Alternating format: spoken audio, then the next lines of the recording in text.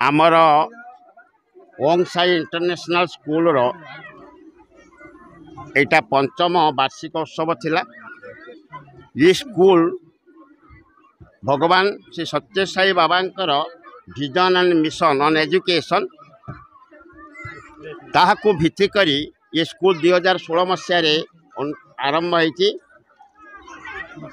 ये अंचल पिला मानकर त्रिभाषा आंचलिक राष्ट्रीय तथा आंतर्जातिक ये तीन भाषा पर गुरुत्व आरोप करी पिला मानकू आध्यात्मिक शिक्षा सह लौकिक शिक्षा प्रदान करा जाए, जहाँ भगवानंकर मिशन से भगवान कहते ये पिला माने तथा शिक्षक माने जो माने कर्मकर्ता अच्छी से अंततः प्रथमे विश्वास करती गॉड एक्जिस्ट भगवान अच्छे कहीं नास्तिक नुहंती। आस्तिक को नरे लगैले नास्तिक हुए। तेणु यहाँ आस्तिक अर्थात प्रथमे ये अनुष्ठान जो माने अंशभुक्त छात्र छात्री शिक्षक शिक्षिका परिचालना कमिटी समस्ते प्रथमे भगवान पर विश्वास करती, द्वितीय पिता माता एमान सम्मान दबा गुरुजन मान को सम्मान दबा एवं समस्त को आत्मीय चेतना रे उद्वृत्त हो समस्त प्रति प्रेम भाव जागृत करवा। सर्वोपरि वर्तमान जो समाज अधोगति घटुची ताको पुणी फेरिबा आम निजर स्वभाव संपर्क सचेतन रहिबा।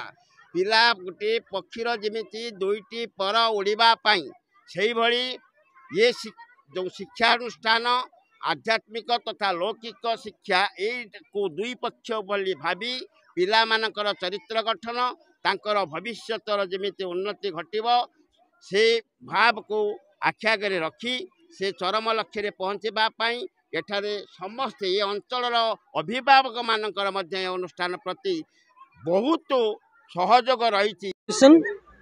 We are committed and dedicated to impart education through foreign language, that means English, along with the formal education and with spiritualism thought and devotional thought. भगवान कर अपार कृपारू मोर जो स्वप्न थिला गोटे मनुष्य तैयारी कारखाना भाव में गोटे स्कूल करवा जहाँ आज मत बहुत खुशी लगुच। आम पिला माने एठारे विभिन्न प्रकार शिक्षा शिखा संगे संगे आध्यात्मिक शिक्षा आमे तांको प्रदान करचु जे कि तांका जीवन रे बहुत आगो को नहीं पारिबो।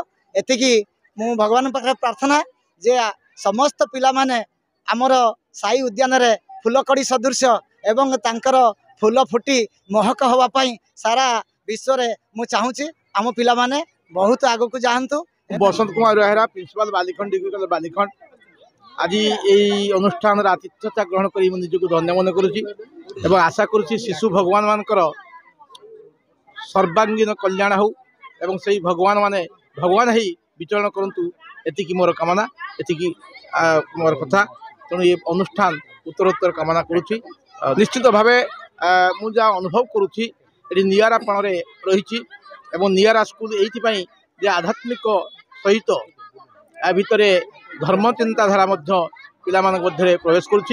सेवा प्रेम भल पाइबा ये जो जिनस को आधार कर स्कूल गढ़ी उठी आम स्वप्न देखुचे से स्वप्न साकार हो स्कूल सर्वांगीन उन्नति हो।